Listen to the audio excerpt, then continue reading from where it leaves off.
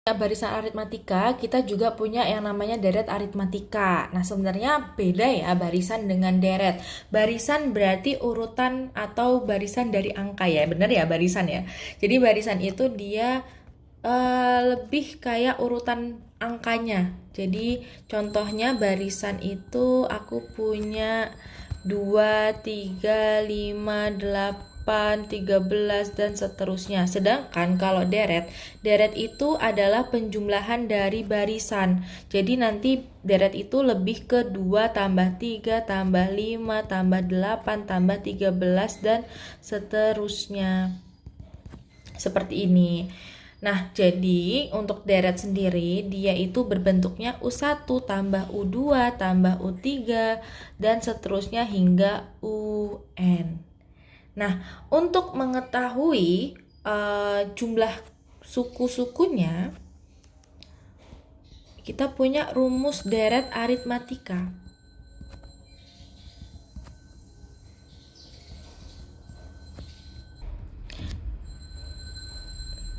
Nah, untuk rumus deret aritmatika itu kan sebenarnya kan kita punya SN ya.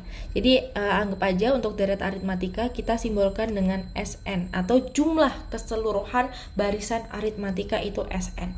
Nah, SN itu kan berarti suku pertama ditambah suku kedua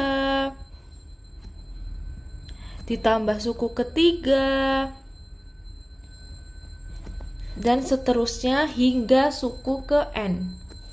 Nah, untuk SN yang lainnya itu kita bisa juga menulisnya itu dari UN ditambah UN dikurangin B karena dia itu dari kebalikan ya. Jadi UN itu dari suku yang terbesar kita ke suku pertama. Jadi UN kurangin B ditambah UN kurangin 2B dan seterusnya hingga A. Jadi ini cuma kebalikan aja.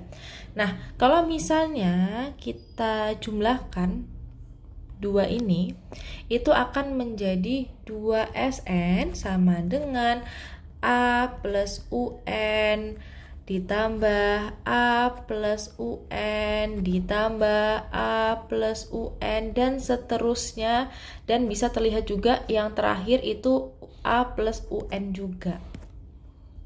A plus UN.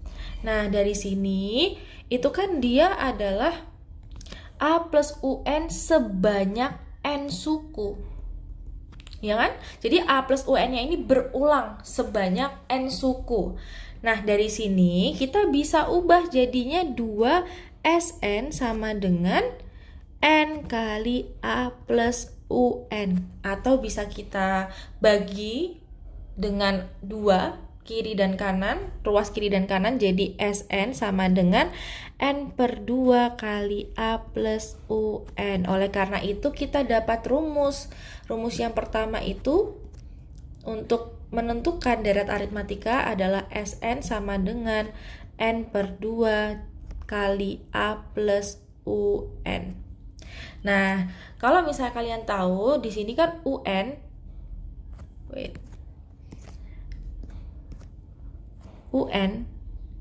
itu kita bisa jabarkan menjadi A plus N-1B.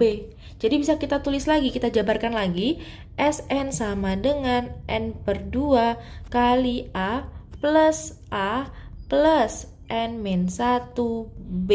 Atau sama dengan SN sama dengan N per 2 kali 2A ditambah N-1B. Ini rumus yang kedua yang bisa kita gunakan. Jadi kalau misalnya nanti di soalnya itu sudah diketahui UN atau suku ke N-nya, ya udah pakai rumus yang pertama. Tapi kalau misalnya nantinya itu kalian belum menemukan suku ke N, jadi cuma tersedia urutan suku atau N-nya, lalu juga baru tersedia A sama B, pakai rumus yang kedua. Oke, kita ke contoh soal. Nah, untuk contoh soalnya misalnya jumlah 100. Oh, gini aja. Jumlah 100 suku deh. Jumlah 100 suku dari barisan 2, 4, 6, 8 dan seterusnya. Nah, kalau kalian lihat di sini yang tersedia informasinya hanya N-nya, lalu juga tersedia A-nya dan juga B. Kalau B kan tinggal kita cari ya, B-nya sama dengan U2 kurangi U1 sama dengan 4 kurangi 2 atau sama dengan 2. Nah, kita udah punya N-nya, N-nya sama dengan 100, lalu juga kita punya A-nya, A-nya sama dengan 2. Nah, karena di sini belum ada UN, jadi kita pakai rumus yang kedua, yakni SN sama dengan N per 2 kali 2A plus N-1B.